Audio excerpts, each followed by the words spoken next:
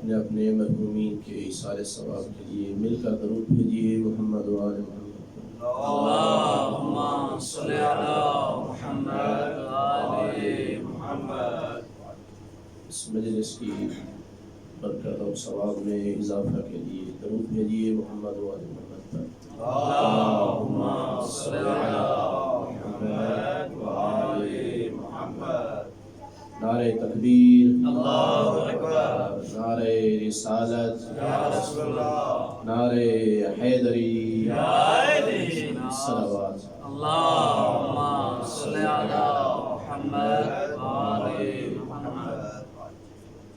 ماشاءاللہ لا حول ولا قوة الا باللہ العلی العظیم۔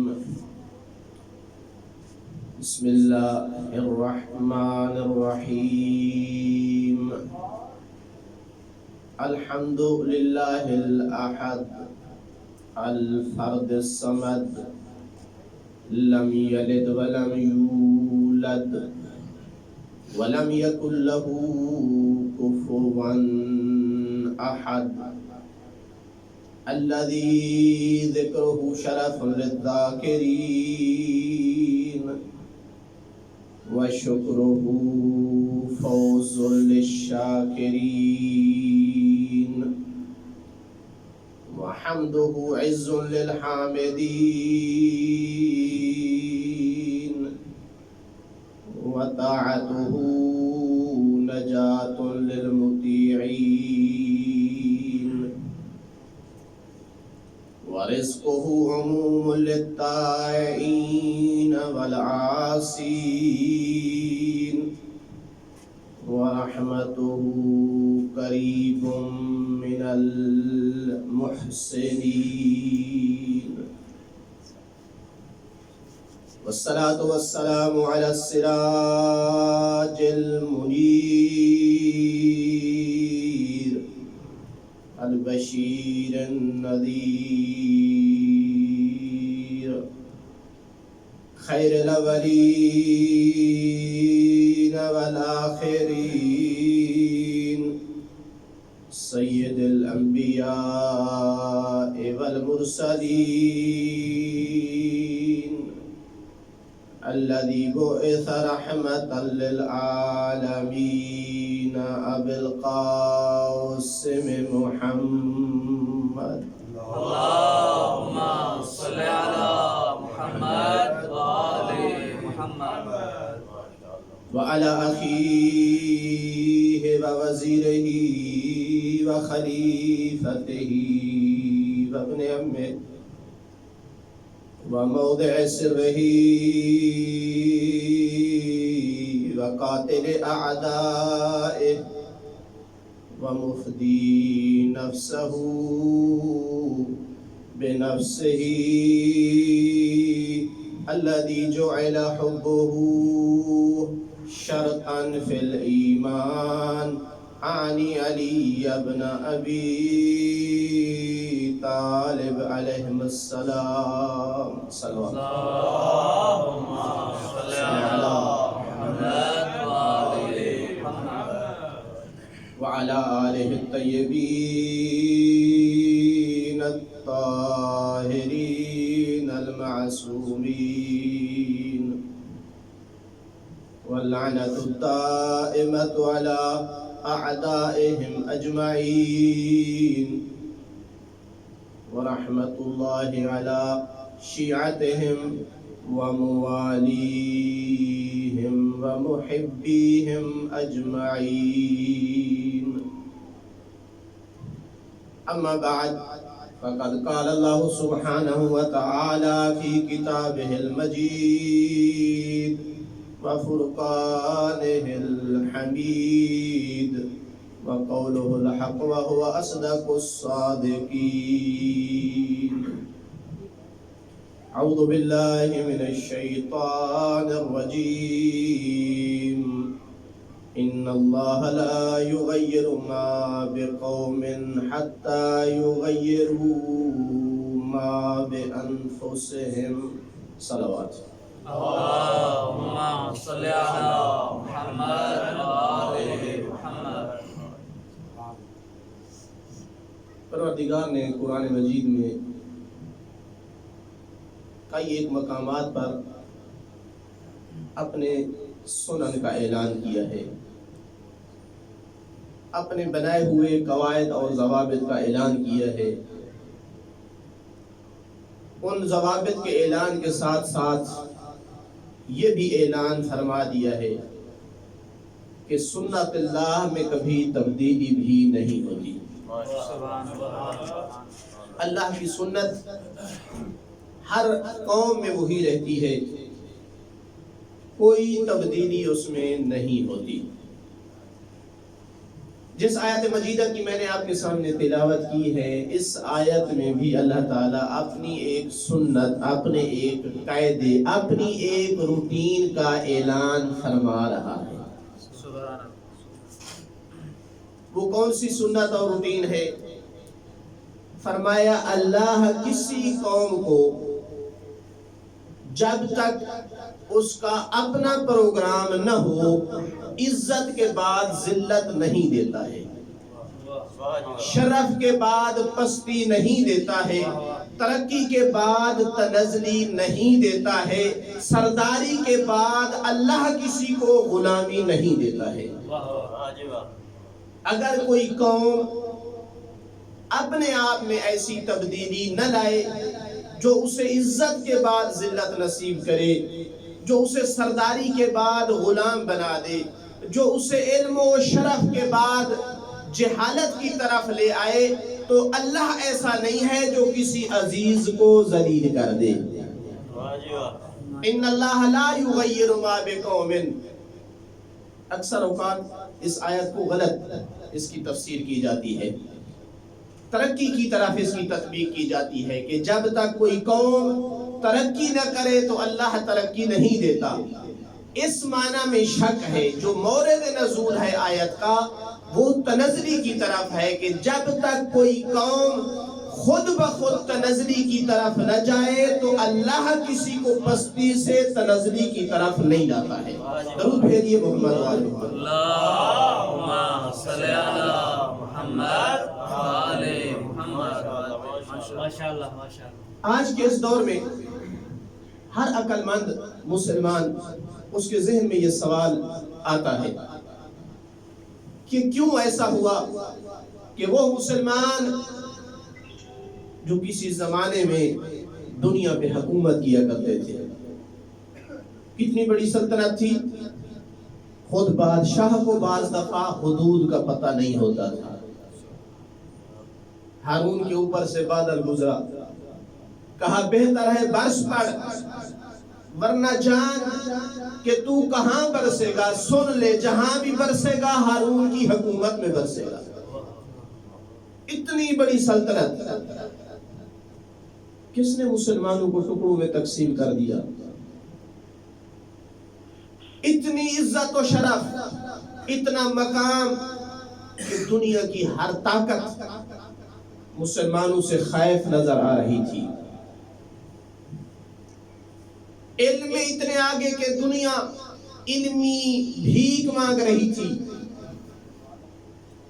فلسفہ ہو، ریاضیات ہو، نجوم ہو، طب ہو، ہر علم میں مسلمان ترقی کر رہے تھے۔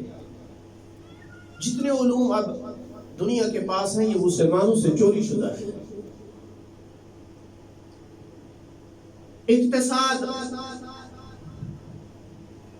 کوئی کمی نہیں تھی، مال و دولت سے خزانے بھرے ہوئے تھے۔ بادشاہ ایک شاعر پر ہزاروں دینار اور درہم لٹا دیا کرتا تھا۔ تو کیا ہوا؟ آج اگر علم میں دیکھیں تو مسلمانوں کے بچے فخر کرتے ہیں میں فلاں یورپ کے ملک میں پڑھ رہا ہوں۔ اقتصاد میں دیکھیں تو کاسا اٹھائے ہوئے ہیں مسلمان اور در بدر بھیک مانگ رہے ہیں۔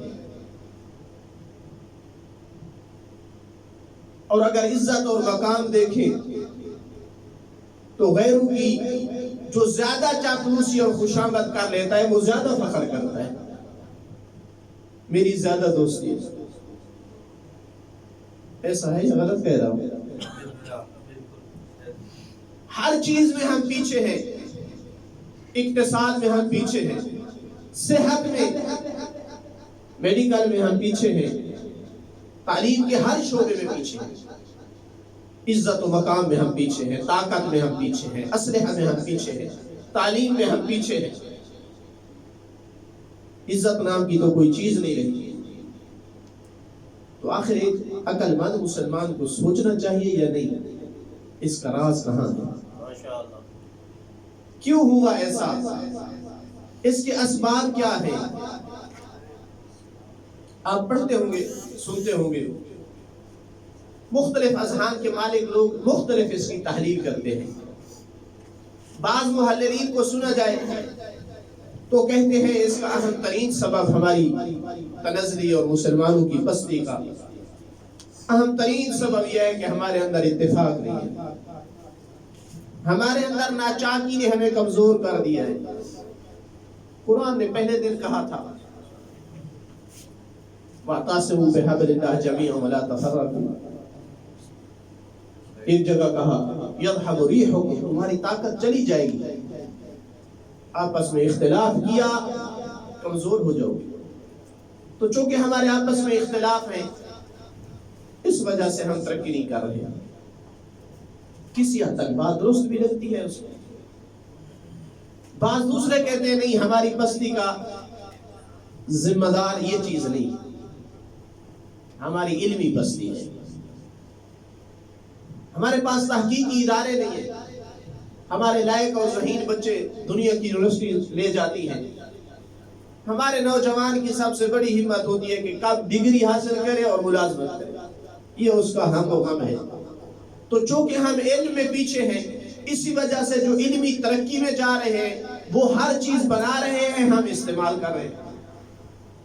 وہ طبی آلات بناتے ہیں، ہم خریدتے ہیں، وہ دوائی بناتے ہیں، ہم خریدتے ہیں۔ انہوں نے گاڑی موٹر سائیکل بنایا، تب سے ہم عادی ہوئے ہیں، ہم نے خریدا، یہاں تک کہ دور یہاں آیا، انہوں نے موبائل بنایا، ہم نے خریدا، انہوں نے لیپ ٹاپ بنایا، ہم نے خریدا، انہوں نے جہاز بنایا، ہم نے خریدا۔ جب تک ہماری یہی حالت رہے گی ہم پستی سے پستی میں چلے جائیں گے۔ اگر آج کسی نے ترقی کرنی ہے تو علم کی بنیاد پہ کر سکتا ہے۔ میرے خیال میں بات یہ بھی ذہن میں آنے والی ہے، ایسا ہے یا نہیں؟ درود بھیجیے محمد والے۔ اللہم صلی علی محمد وآل محمد۔ کچھ کہتے ہیں نہیں، اس سے بھی اہم ترین سبب ہے یہ ہماری پستی، وہ یہ ہے کہ ہمارے ہاں قانون کی پاسداری برابری کی سطح پہ نہیں ہے۔ ہمارے ہاں قانون جہاں غریب آدمی کے گلے پر تلی ہوئی تلوار ہے، وہاں بڑے آدمی کے گلے کا ہار ہے۔ جبکہ دوسری دنیا میں سب کے سب قانون کے برابر ہیں، بڑی سی بڑی پوسٹ پر بیٹھنے والا آدمی بھی اسے قانون کے کٹہرے میں کھڑا ہونا پڑتا ہے۔ جب تک ہماری یہ حالت نہیں بدلے گی، قانون سب کے لیے مساوی نہیں ہوگا، تو ہم ترقی نہیں کریں گے۔ یہ بات بھی ہم اس کو غلط نہیں کہہ سکتے، ایسا ہے یا نہیں؟ بسم اللہ۔ یہ ساری باتیں درست لگ رہی ہیں۔ چوتھا آدمی کہتا ہے نہیں، اس سے بھی ایک اہم سبب ہے ہماری پستی کا، ہماری تنزلی کا، ہماری کمزوری کا۔ وہ کیا ہے؟ معاشرے میں عدل اور انصاف کے تقاضوں کے مطابق ہمارے اموال تقسیم نہیں ہو رہے، جسے پہلے دور میں فے کہا جاتا تھا، انفال کہا جاتا تھا۔ حکومتی اموال کی تقسیم ہمارے ہاں طبقاتی تقسیم ہے۔ بڑے لوگ اپنی تجوریاں بھر رہے ہیں، غریب غریب تر ہوتا جا رہا ہے۔ کرپشن اصلاً کوئی پوچھنے والا نہیں ہے۔ یہ اکثر مسلم دنیا میں آپ کو یہ بات نظر آئے گی۔ ہم فوراً اپنے پاکستان کی طرف جاتے ہیں، کچھ مسلمان ملک، اللہ ہم سب کو ہدایت کرے، پاکستان سے کہیں آگے ہے اس مالی کرپشن کہ جب تک یہ عادلانہ نظام نہیں ہوگا ہمارے اقتصاد میں، جب تک کمائی کے سورسز ہر بندے کو نہیں دیے جائیں گے، اور پھر انکم برابری کی سطح پر میرٹ کے بنیاد پر جب تک تقسیم نہیں ہوگا تو ہم ترقی نہیں کریں گے۔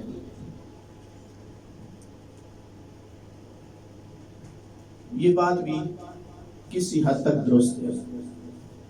چند چیزیں اور بھی ہیں، بات لمبی نہ ہو جائے۔ بندے حقیر کی نگاہ میں جو چیز ہے وہ یہ ہے کہ ہم نے کاش اگر کربلا کو صحیح پڑھ لیا ہوتا تو ہم اپنے ذہن سے گیس لگانے کی بجائے مظلوم کربلا سے وہ راز سیکھ لیتے جو ان تمام اسباب کے پیچھے اہم ترین سبب ہے۔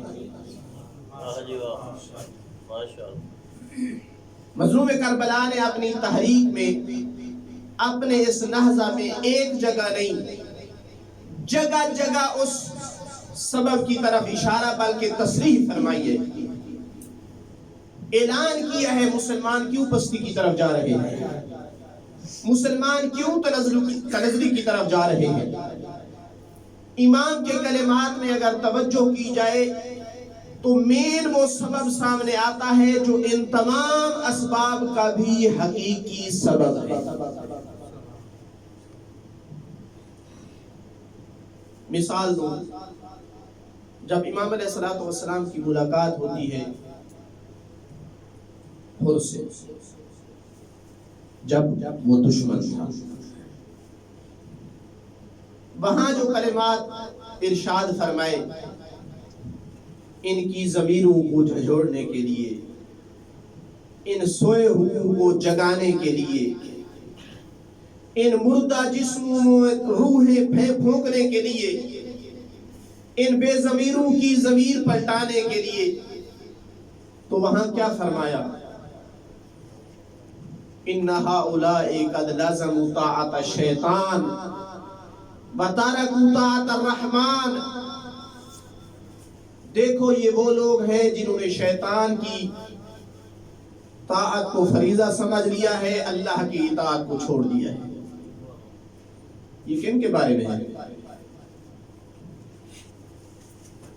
یہ حکمران اور اس حکومت کا جو حصہ لوگ ہیں ان کے بارے میں فرما رہے ہیں۔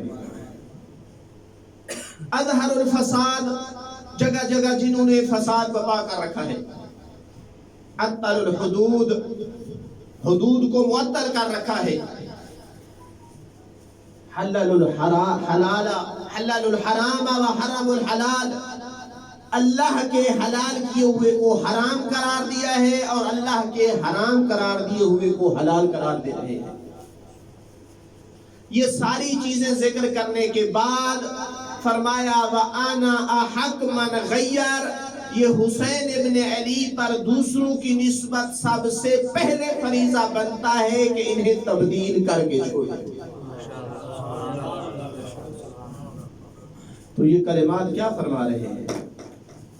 انہیں فرمانا چاہتے ہیں اگر تم ترقی کرنا چاہتے ہو، اگر تم تبدیلی لانا چاہتے ہو، دنیا و آخرت کی کامیابی اپنا مقدر قرار دینا چاہتے ہو، تو نااہل کو حکومت پہ نہ آنے دو، بے دین کو حکومت پہ نہ آنے دو، ظالم کو حکومت پہ نہ آنے دو، اللہ کی کتاب اور سنت رسول کی مخالفت کرنے والے کو کرسی پہ نہ آنے دو۔ تو گویا امام نے بیان فرما دیا، اگر مسلمان معاشرہ ترقی کرنا چاہتا ہے، اگر تنزلی کے گڑھوں سے نکلنا چاہتا ہے، تو سب سے بڑا اور مہم کام یہ ہے کہ حکومت نااہل کے ہاتھ سے چھین لو۔ نااہل کے ہاتھ میں جب تک حکومت ہے، یہ تمام بیماریاں تب تک رہیں گی، نہ علمی ترقی ہوگی، نہ عدل و انصاف ہوگا، نہ آپس میں اتفاق ہوگا۔ وجہ کیا ہے؟ نااہل کے نزدیک سب سے اہم ترین اس کی کرسی ہے، اس نے وہ کرسی بچانی ہے۔ آپس میں اتفاق کرنے سے اگر کرسی کو خطرہ ہے تو اختلاف کرے گا، دوسری بڑی طاقتوں کی چاپلوسی کرے گا، جیسا کہ آج کل آپ دیکھ رہے ہیں مسلمان ظلم کی چکیوں میں پس رہے ہیں، مگر انہیں اپنی حکومت کا لالچ ہے، ان کی کرسی کو کچھ نہ ہو، چاہے دشمن اسلام کی خوشامد کرنی پڑے۔ علمی ترقی نہیں ہونے دے گا، اس لیے کہ علمی ترقی ہو گئی تو شاید اس کی کرسی سالم نہ رہے۔ عدل و انصاف کی بنیاد پر مال کی تقسیم نہیں کرے گا، اس لیے کہ جب تک اپنے خیر خواہوں، اپنی پارٹی، اپنے چاہنے والوں کو ناجائز طریقے سے خزانے ان پر نہ لٹائے تو ان کی وفاداری نہیں رہتی۔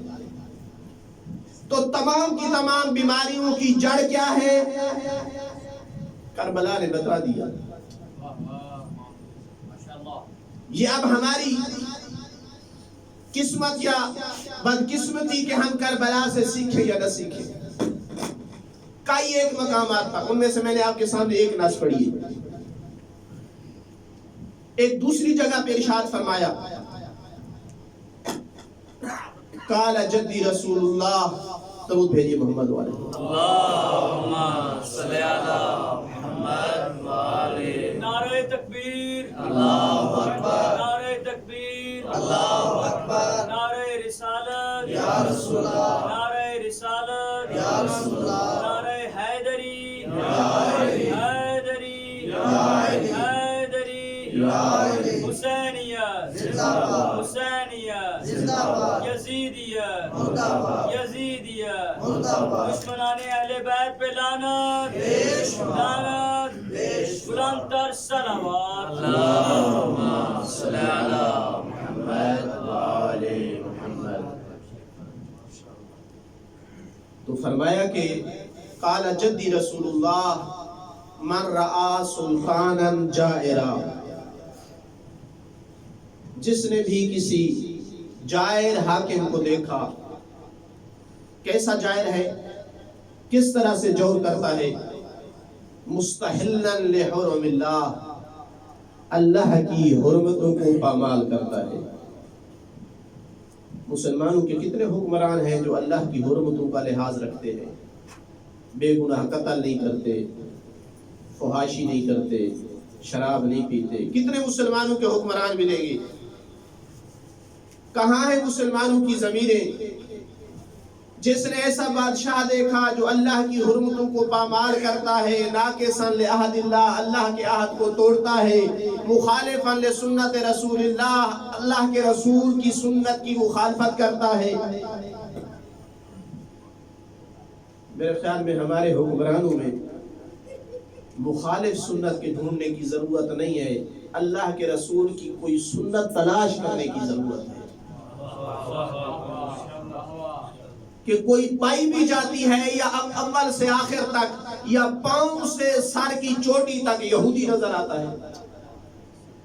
مخالفا لسنت رسول اللہ، اللہ کے رسول کی سنت کا مخالف ہو، یعمل فی عباد اللہ بالاسم والعدوان، اللہ کی مخلوق میں عدل و انصاف کے مقابل ظلم اور جور سے عمل کرتا ہے۔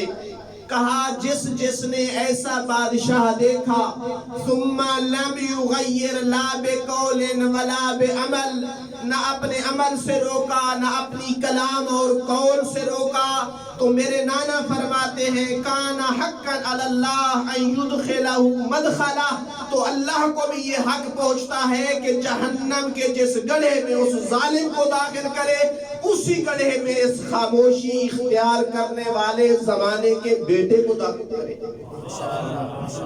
نعرہ حیدری حیدری، بلند تر صلوات۔ اللہم صلی علی محمد وآل محمد۔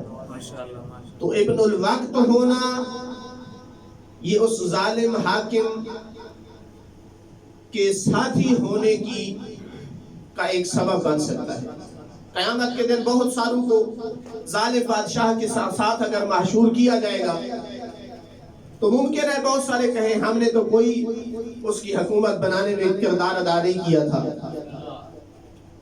لیکن کہا جائے گا تمہارا کردار اتنا کافی تھا کہ مصلحت کی خاطر تم خاموش رہے۔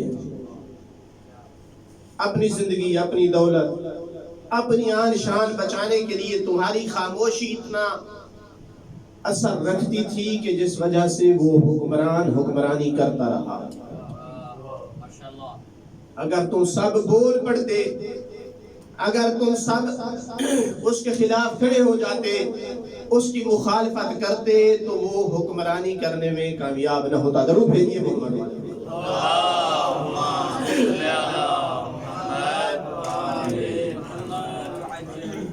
نعرہ تکبیر، اللہ اکبر، نعرہ رسالت، یا رسول اللہ، نعرہ حیدری، پر محمد و آل محمد صلوات۔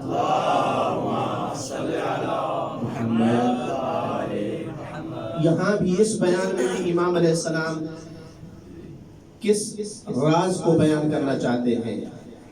مسلمانوں کی بستی کا سبب اور اس کی زمان کس چیز میں دیکھ رہے ہیں؟ نااہل حکمران میں، ظالم حکمران، لوگوں میں عدل و انصاف کی بجائے ظلم اور جور سے کام لینے والا حکمران۔ الا ترون ان الحق لا يعمل به وان الباطل لا يتناهى عنه۔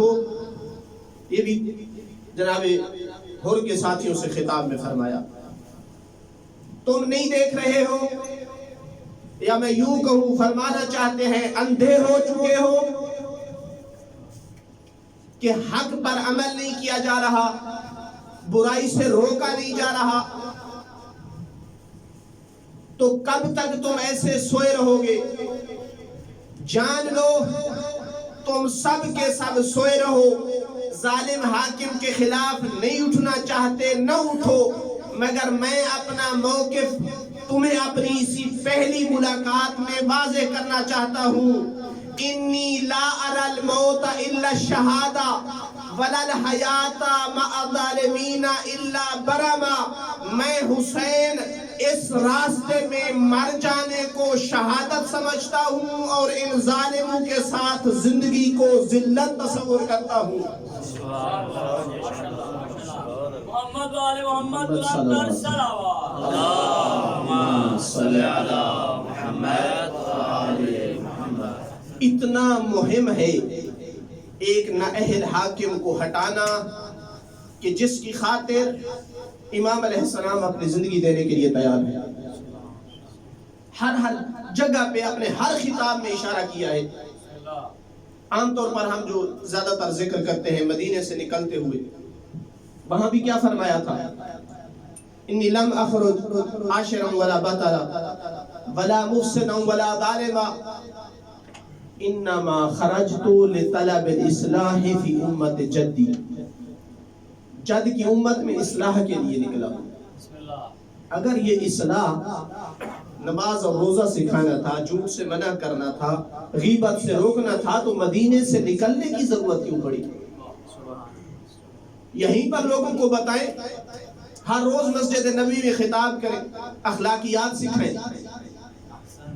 یہ کون سی اصلاح تھی جس کی خاطر حسین کو نکلنا پڑا اور اپنے بچوں اور خواتین کو بھی ساتھ لے کر؟ اگلے جملے میں اس کی تشریح کر دی، فرمایا ارید امر بالمعروف وانہی عن المنکر۔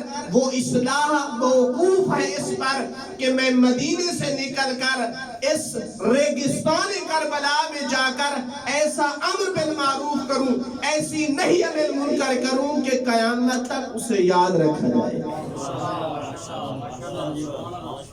یہ حکومت کو للکارنا تھا، یہ وہ امر اور بالمعروف اور نہی عن المنکر تھا جس سے یزید کی حکومت کو لرزہ آ گیا۔ اب ممکن ہے کوئی آدمی کہے کہ امام علیہ السلام پھر اپنے اس ہدف میں کامیاب نہ ہوئے چونکہ حکمران کو تبدیل نہیں کر سکے، کرسی اس کے نیچے سے نہیں کھینچ سکے۔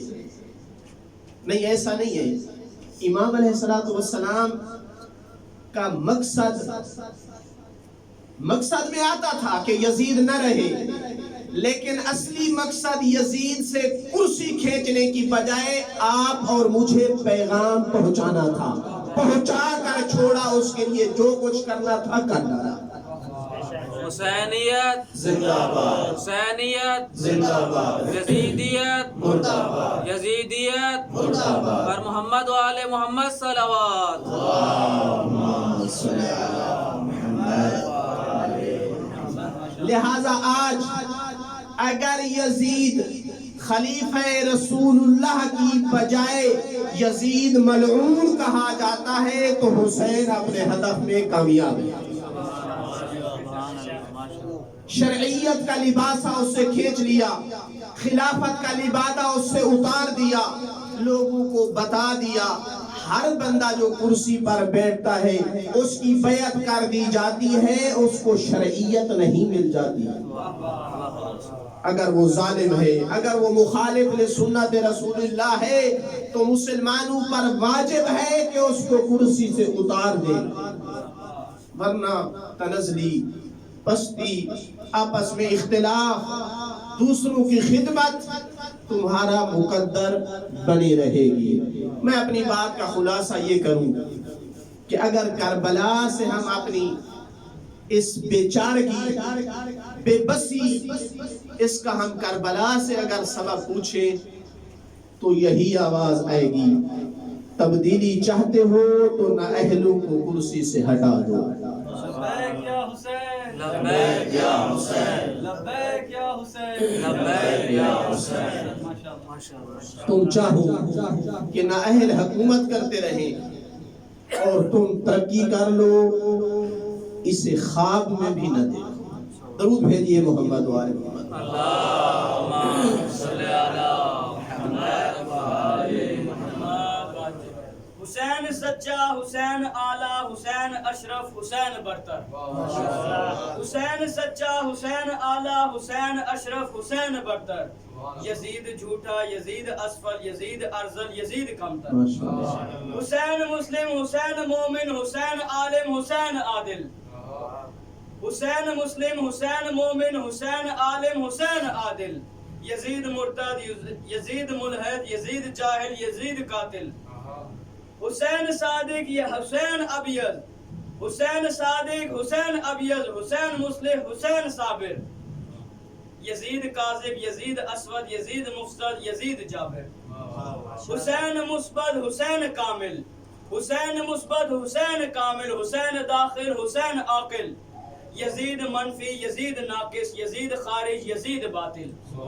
یہی کرشمہ ہے سچ کا واصف، یہی کرشمہ ہے سچ کا واصف، یہی کرامت ہے کربلا کی، یہی کرامت ہے کربلا کی۔ شہید کر کے یزید فانی، شہید کر کے یزید فانی، شہید ہو کے حسین باقی۔ نعرے حیدری، حیدری، بلند تر صلوات۔ اللہم صلی علی محمد۔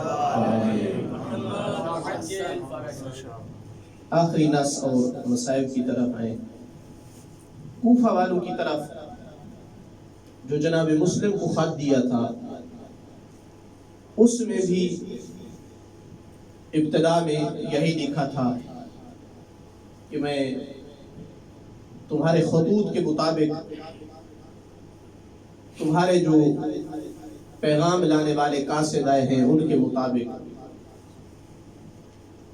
میں اپنا یہ وکیل بھیج رہا ہوں، ان کی بیعت کرو، ان کی اطاعت کرو، ولا تخذلوہ، انہیں مت چھوڑو۔ مل امام العامل بالکتاب القائم بالقسط، جان لو وہ لیڈر، وہ رہبر، وہ قائد جو اللہ کی کتاب پر عمل کرنے والا ہوتا ہے، جو عدل اور انصاف کو قائم کرنے والا ہوتا ہے۔ لیسا کالذی یعمل بالظلم، لیسا کالذی یعمل بالظلم ولا یہتدی سبیلا، اس لیڈر کی طرح نہیں ہوتا جو ظلم سے عمل کرتا ہے اور ہدایت کا راستہ نہیں پاتا ہے۔ تو عرض کیا ہے جگہ جگہ اپنے ہر پیغام میں، اپنے ہر خط میں مسلمانوں کو متوجہ کر رہے ہیں اگر اپنی حالت تبدیل کرنی ہے تو اس لیڈر کو مانو، اس کو کی حکومت کو قبول کرو جو اہل ہو، جو ہدایت پر ہو، جو قرآن کا عالم ہو، جو سنت رسول کا پابند ہو۔ لیکن مسلمان اس طرح خواب غفلت میں سوئے ہوئے تھے کہ اس وقت امام علیہ السلام کی کلام ان پہ اثر نہیں کر رہی تھی، چونکہ اتنا عرصہ گزر چکا ہے رحلت رسول کے بعد۔ مسلمانوں کو اس طرح سے بنا دیا گیا ہے، ان کے جذبات اتنے ٹھنڈے ہو چکے ہیں، ضمیریں اتنی مردہ ہو چکی ہیں کہ حسین جیسے مسیحی کی بھی کلام ان پہ اثر نہیں کر رہی۔ جب جناب مسلم نے وہ خط سنایا تو اس خط میں یہ کلمات تھے۔ پہلا کلمہ تھا اس کی بیعت کرو، اطاعت کرو، اور دوسرا لفظ تھا وَلَا تَخْذُلُوهُ، مسلم کو تنہا نہ چھوڑنا۔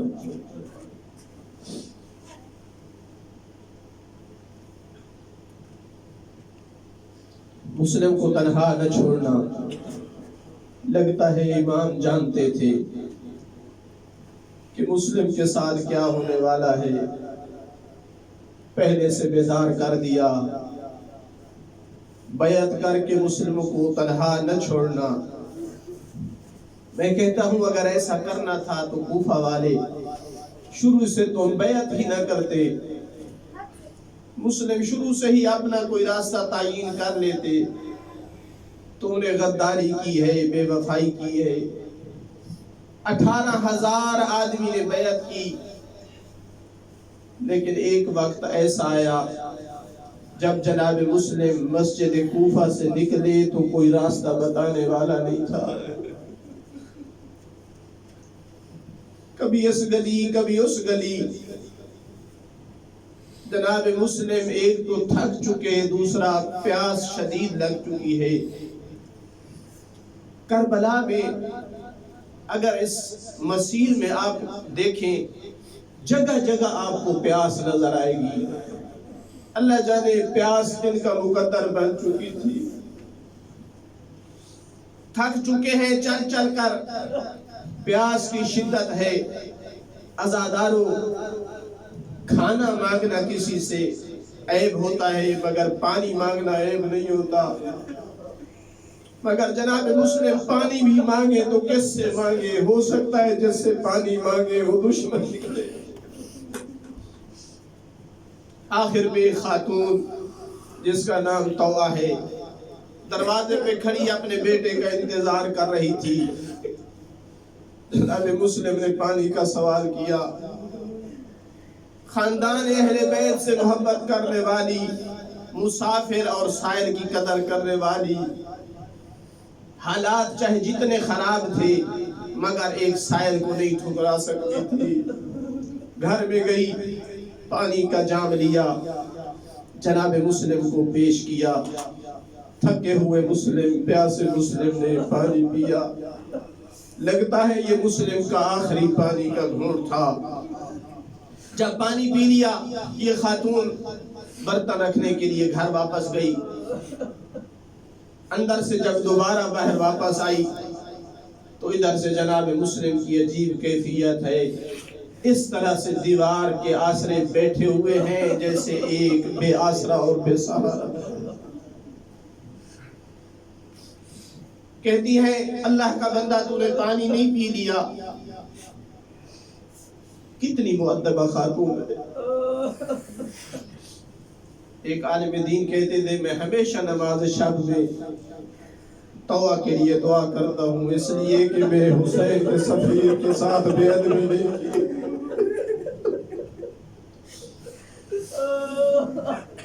تاریخ کے لفظ اٹھا کر دیکھ لے، ڈائریکٹ نہیں کہا تم کیوں بیٹھے ہو، ادب سے پیش آئی۔ کہتی ہے اللہ کا بندہ تو نے پانی پی نہیں لیا۔ جناب مسلم خاموش ہیں۔ عزاداروں جب کوئی آواز نہیں دیا، اب ایک تنہا خاتون، ایک اجنبی مرد، حالات خراب ہیں۔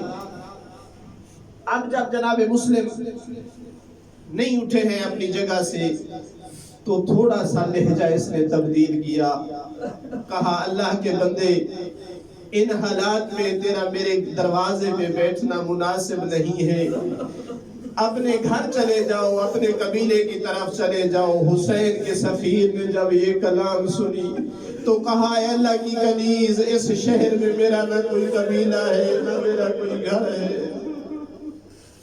اجرکم اللہ۔ جب سنا جناب طوع نے یہ کلام تو کہا تو کون ہے؟ کہا میں سفیر حسین مسلم ابن عقیل ہوں۔ جو ہی سنا کہ یہ مسلم ہے، خوش قسمتی تصور کرتے ہوئے دروازہ کھول دیا، کہا مسلم اگر تو واقعاً سفیر حسین مسلم ہے تو یہ گھر تیرا گھر ہے، آ جا، یہ گھر تیرے لیے حاضر ہے۔ جناب مسلم تشریف لائے، ایک علیحدہ کمرے میں جگہ دی۔ اس کا منحوس بیٹا ابن زیاد کے دربار میں گیا ہوا تھا۔ جناب طوع نے رات بھر جناب مسلم کا خیال رکھا، لگتا ہے کوئی خطرہ محسوس کر چکی تھی۔ پوری رات نہ جناب مسلم سوئے ہیں نہ طوع سوئے ہیں۔ تھوڑی دیر کے لیے آرام کرتی ہیں، پھر جا کر دیکھتی ہیں مسلم نماز میں مصروف ہے، کھانا نہیں کھا رہے۔ پھر تھوڑی دیر کے بعد جاتی ہیں، پھر دیکھتی ہیں جناب مسلم نماز میں مصروف ہیں۔ جب بیٹے نے یہ حالت دیکھی تو ماں سے پوچھا کون ہے اندر؟ کون سی ایسی قیمتی چیز ہے آپ کو دیکھتا ہوں جب بھی جاتی ہو واپس آتی ہو تو آنکھوں میں آنسو ہوتے؟ قسمیں دے کر کہا کہ اگر کسی کو نہیں بتاؤ گے تو بتاتی ہوں۔ بتا دیا کہ ہمارے گھر میں سفیر حسین جس کو لوگوں نے چھوڑ دیا ہے، ہمارے گھر مہمان ہیں، ہم کچھ خوش قسمت لوگ ہیں، اہل بیت رسول کا ایک فرد ہے۔ یہ منحوس اور خبیث انسان تھا، انعام کے لالچ میں اس نے جا کر بتا دیا۔ ادھر سے صبح کی اذان ہوئی، پانی لے کر کے آئیں تو جناب مسلم پہلے سے نماز میں مصروف ہیں۔ ایک سوال کیا، مسلم پوری رات میں دیکھتی رہی تو عبادت میں مصروف رہا، سویا کیوں نہیں؟ کہا میں سونا چاہ رہا تھا، میری ابھی آنکھ لگی تھی کہ چچا علی میرے خواب میں آئے۔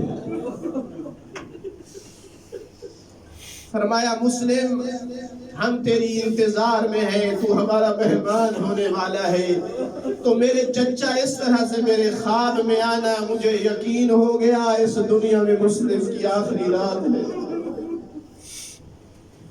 تو جی چاہا کہ آج دل بھر کر اللہ کی عبادت کر لوں۔ عزاداروں ابھی صبح نماز پڑھی تھی، تاکہ بعد میں مصروف تھے کہ گھوڑوں کی ٹاپوں کی آواز سنائی دی۔ غیور خاندان کے غیور فرد ہیں، نہیں چاہتے کہ طوع کی حرمت پامال ہو، یہ منحوس طوع کے گھر میں آئے۔ جلدی سے طوع کا شکریہ ادا کیا اور تلوار سنبھالی۔ ان کے سنبھلنے تک کچھ ظالم اندر آ چکے تھے۔ جناب مسلم کی بہادری کتب والوں نے عجیب انداز میں لکھی ہے، کسی کے بازو سے پکڑ کر باہر پھینکتے ہیں، کسی کی ٹانگ سے پکڑ کر باہر پھینکتے ہیں، کسی پر تلوار چلا کر اسے فنار کرتے ہیں۔ کوشش کر رہے ہیں کہ طوع کے پردے کی حفاظت کر لے۔ میں کہوں گا اے غیور مسلم تیری غیرت کو سلام۔ طوع جتنی دنیا کی پردے دار ہو مگر بنت نبی نہیں ہے۔ قربان جاؤں مسلم تمہاری غیرت پر ہے زینب ام کلثوم کے پردے۔ اجرکم اللہ، اجرکم اللہ۔ جناب مسلم باہر آئے، جنگ کر رہے ہیں۔ عزاداروں ہمیشہ جوان میدانوں میں جنگ کیا کرتے ہیں. مسلم ایسا غریب ہے جس کو اپنی جوانی کے جوہر کوفہ کی تنگ گلیوں میں دکھانے پڑتے. کبھی وہ موڑ کبھی یہ گلی, تنگ گلیوں میں جنگ کر رہے ہیں, کوئی سامنے کو ٹھہر نہیں رہا. انہوں نے اب ایک ایسی ترکیب سوچی.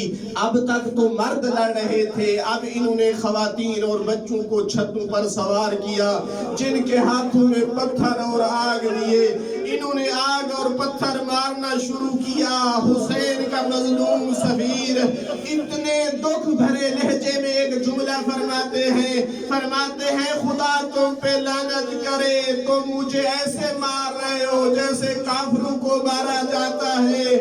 میں تمہارے رسول اور نبی کی اولاد ہوں. اجرکم اللہ. عزادارو جنگ کرتے کرتے جناب مسلم زخمی ہو چکے. ان ملعونوں نے ایک طرف سے گڑھا کھودا, دوسری طرف سے حملہ کیا. جناب مسلم گڑھے میں گرے. انہوں نے امان کا دھوکہ دے کر جناب مسلم کو گرفتار کیا. جناب مسلم کو گرفتار کرنے کے بعد سواری پہ بٹھایا. جب سواری پہ بٹھایا تو جناب مسلم نے رونا شروع کیا.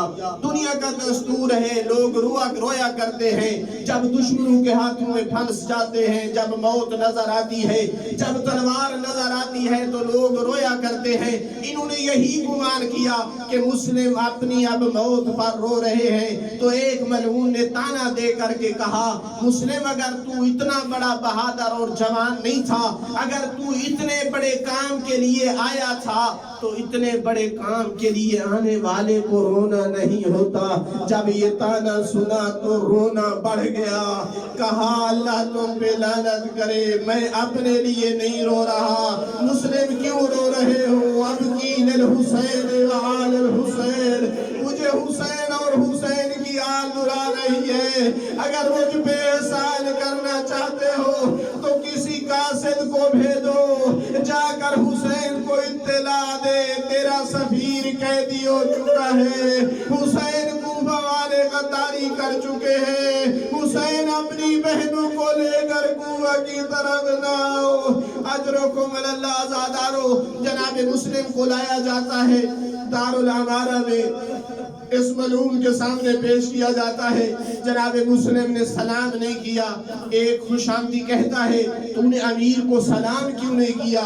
جو کتنے زخمی, جتنے بھی زخمی تھے مسلم, جتنے بھی پیاسے تھے مسلم, جتنے بھی تنہا تھے مسلم, جب امیر کا نام سنا تو آنکھوں میں آنکھیں ڈال کر کہا کس کو امیر کی بات کر رہا ہے؟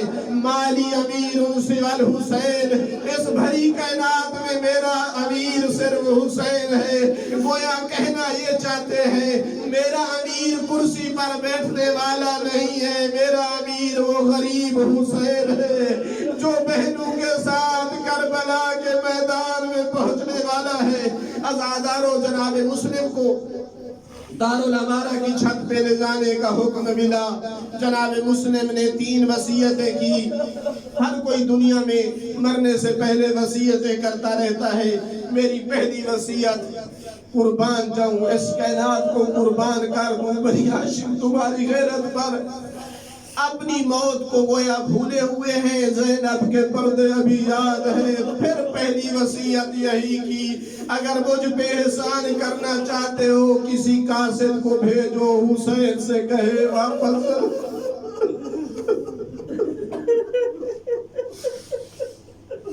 حسین سے کہو کربلا کی طرف, کوفہ کی طرف نہ آئے, واپس چلا جائے. میری دوسری وصیت, میں مارا جاؤں, میری زرہ بیچ کر میرا قرض اتارا جائے. عزادارو تیسری وصیت کون سی تھی؟ ہر مرنے والے کی خواہش ہوتی ہے جب مر جائے تو عزت سے اس کا جنازہ اٹھے, عزت کے ساتھ اس کو دفن کر دیا جائے. فرمایا جب میں مارا جاؤں میری تیسری وصیت یہ ہے مجھے کسی مسلمانوں کے قبرستان میں دفن کر دینا.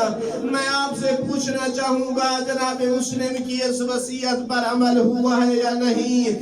دنیا کا دستور ہے اگر ابھی آپ کو بھی یہ پتہ چل جائے کہ کسی مقام پر ایک غریب اور مسافر آدمی ہے جس کا کوئی ساتھی نہیں ہے, جس کا کوئی قبیلہ نہیں ہے, جس کے کوئی رشتہ دار نہیں ہے، اس کو کسی نے قتل کر دیا ہے، تو یقیناً آپ کے اسلام اور ایمان کا تقاضا ہے آپ سب لوگ جمع ہوں گے، اس کا جنازہ اٹھائیں گے، اس کو دفن کریں گے۔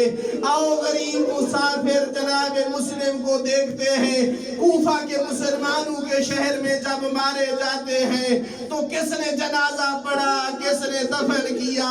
مجھے معاف رکھنا، میں نے جو مقتل کی کتابوں میں پڑھا ہے، کوفہ کے درباریوں کو بلایا جاتا ہے، اوباش لوگوں کو بلایا جاتا ہے، مسلم کے پاؤں میں رسیاں ڈالی جاتی ہے، اور کبھی کوفہ کے اس گلی میں پھرایا جاتا ہے، کبھی اس دربار میں گھمایا جاتا ہے۔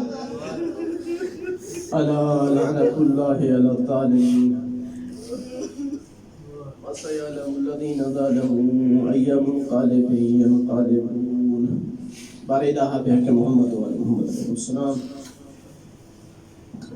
ہماری یہ قلیل سی عبادت اپنی بارگاہ میں منظور مقبول فرما۔ خدا جہاں جہاں مومنین نے صف عزائے مظلوم کربلا بچھائی ہوئی ہے ان کی حفاظت فرما، یہ عبادت سب کی جانب سے قبول فرما، تمام کے صغیرہ کبیرہ گناہ معاف فرما۔ جو مومنین اس دار فانی سے چلے گئے ہیں میرا انہیں بھی ہماری اس عبادت میں شریک فرما، ان کی قبروں پہ رحمت کا نزول فرما۔ بار الہ بحق محمد و آل محمد علیہ السلام، بیمار مومنین مومنات کی حفاظت فرما۔ خدایا اس موذی وبا وائرس سے مسلمانوں کی حفاظت فرما، اس سے ہم سے دور فرما، اپنی رحمت کے دروازے کھول دے۔ بار الہ بحق محمد و آل محمد علیہ السلام، جب تک زندہ ہیں محمد و آل محمد کی زیارت، جب مر جائیں ان ہستیوں کی شفاعت ہمارا مقدر فرما۔ بار الہ بحق محمد و آل محمد علیہ السلام، جو مومنین بے گناہ اسیر ہیں قیدی ہیں ان کی رہائی کے اسباب مہیا فرما۔